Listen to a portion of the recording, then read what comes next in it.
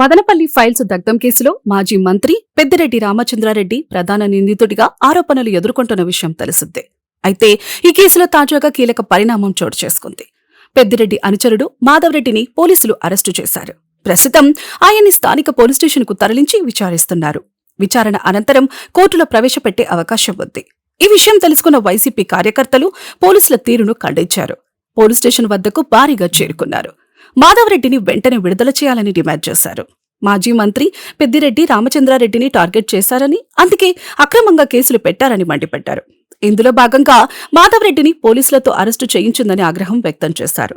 తమ పార్టీ అధికారంలోకి వచ్చిన తరువాత తమ నేతలపై అక్రమంగా కేసులు పెట్టిన వారిని వదిలిపెట్టమని హెచ్చరించారు.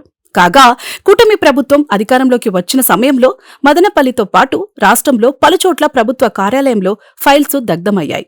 భూములకు సంబంధించిన కీలక రికార్డులు కాలిపోయాయి. మదనపల్లె కలెక్టర్ కార్యాలయంలోనూ అగ్ని ప్రమాదం జరిగింది. ఈ ప్రమాదంలో పలు కీలక ఫైళ్లు దగ్ధమయ్యాయి. అయితే ఈ ఫైళ్ల దగ్ధం వెనుక మాజీ మంత్రి పెద్దిరెడ్డితో పాటు ఆయన అనుచరులు ఉన్నారనే ఆరోపణలు చెలరేగాయి. దీంతో ఈ ఘటనపై పోలీసులు కేసు నమోదు చేసి దర్యాప్తు చేశారు. పలు కీలక ఆధారాలు సేకరించారు. ఇందులో భాగంగా చర్యలకు దిగారు. తాజాగా పెద్దిరెడ్డి అనుచరుడు మాధవరెడ్డిని అదుపులోకి తీసుకుని